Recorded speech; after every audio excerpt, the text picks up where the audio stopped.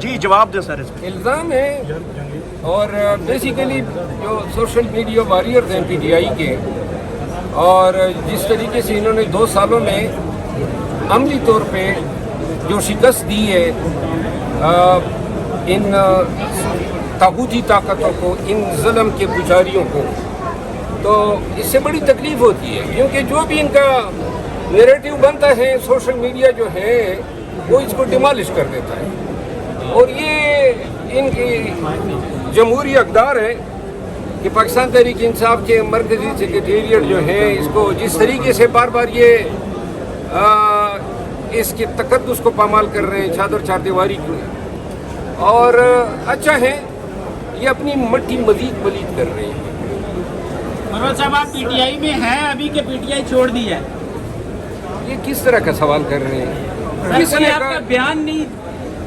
بیان میرا آئے گا یار، وہ سوال کرو نا، کیا چھوڑ دیے بھائی؟ میں پاکستان تحریک انصاف کا ممبر قومی اسمبلی ہوں، اور فی الوقت جو ہے وہ پارٹی نے جو ہے وہ ممبرشپ سسپینڈ کی ہوئی ہے، تو میں آج کل ذرا تھوڑے سے آرام سے ہوں، سائڈ پہ ہوں، دیٹس آل. اچھا مروت صاحب، آپ کے اختلافات رہے ہیں، رؤوف حسن صاحب سے گرفتار ہوئے ہیں، کیا کہیں گے اس کے اوپر؟ میں گرفتاری کی مذمت کرتا ہوں. جی اچھا، اس کے ساتھ ساتھ شیر افضل مروت صاحب، آج پی ٹی آئی نے بھوک ہڑتال کا اعلان بھی کر دیا ہے پارلیمنٹ ہاؤس کے سامنے 3 بجے، تو اس پر کیا دیکھیں ایک کارآمد ثابت ہوگا بھوک ہڑتال؟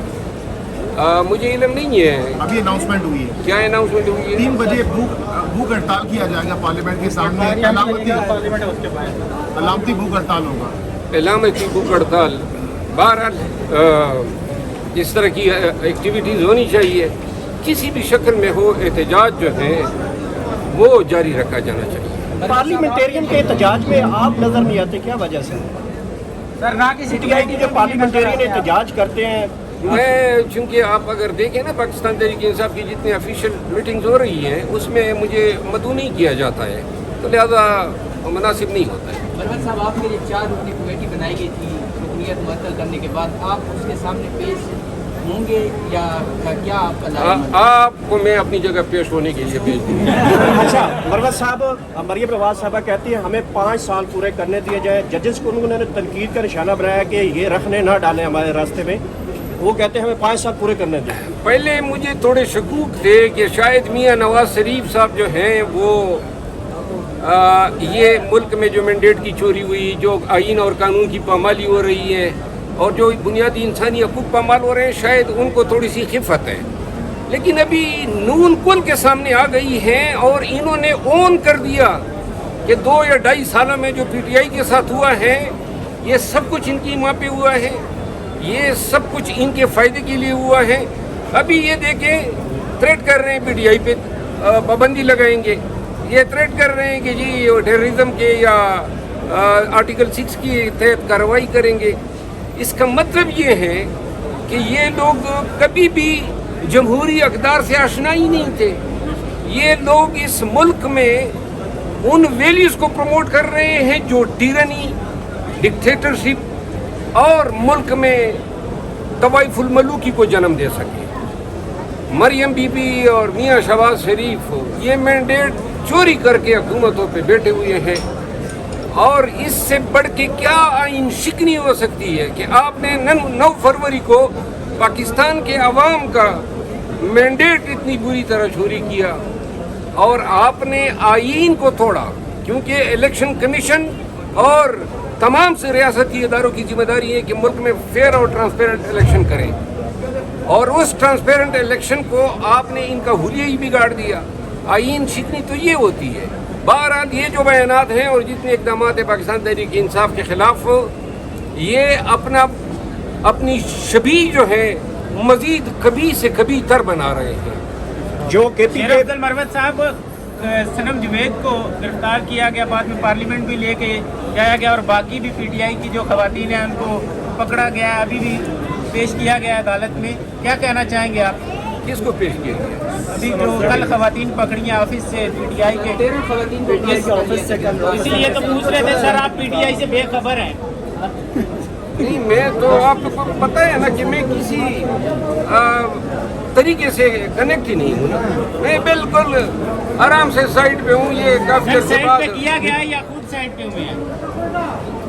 میں کس طرح کے سوال کا آپ دیکھ نہیں رہے میں کس طرح سائڈ پہ ہوں. اچھا شیر افضل مرہ صاحب یہ بتائیں کہ عمران خان صاحب سے ملاقات ہو سکتی ہے؟ یہ جو حالات بن چکے ہیں یہ کب تک نارملائز ہو جائیں گے؟ کیا ایکسپیکٹیشن کی جا رہی ہے؟ صاحب کیا کہنا چاہتے ہو؟ جو خان صاحب سے ملاقات ہے وہ ہوگی جب خان طلب کریں گے. بار بار میں کئی مرتبہ جواب پورا دینے بھائی آپ صاف ہی نہیں ہیں. جہاں تک بنو کے حالات کی بات ہے جی جی بڑا یہ دل خراش واقعہ ہے. ملک میں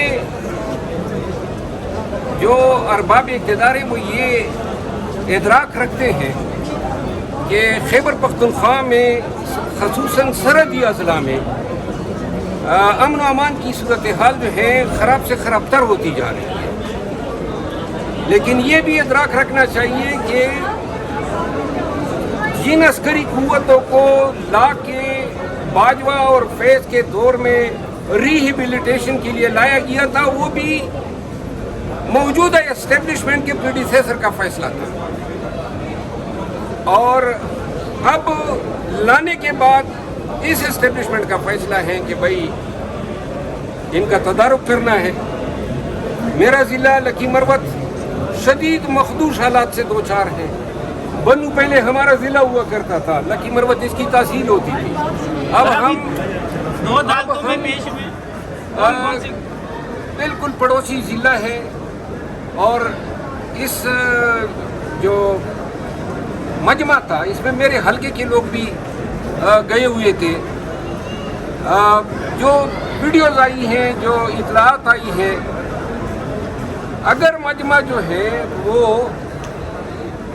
مشتعل ہوا تھا پھر بھی یہ حق کسی کو نہیں ہے کہ انسانی جان لے یا انسانوں پہ گولیاں چلائے.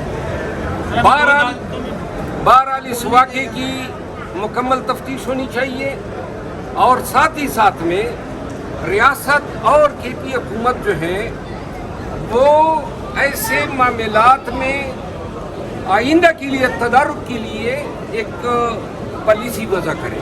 یہاں میں ایک داد دوں گا وزیر اعلیٰ خیبر پختونخوا علی امین خان کو, جنہوں نے اس میں اس واقعے کے فوراً بعد پاکستان تحریک انصاف کے جو لیڈرز ہیں ان کو وہاں پہ بھیجا, تمام انتظامی مشینری اس میں انوالو کی اور جس کے بعد تمام عوام کا ایک جرگہ بنا کے کل انہوں نے وزیر اعلیٰ کے ساتھ جو ہے وہ اس ایشو پہ ایک تصفیے پہ وہ پہنچ گئے ہیں.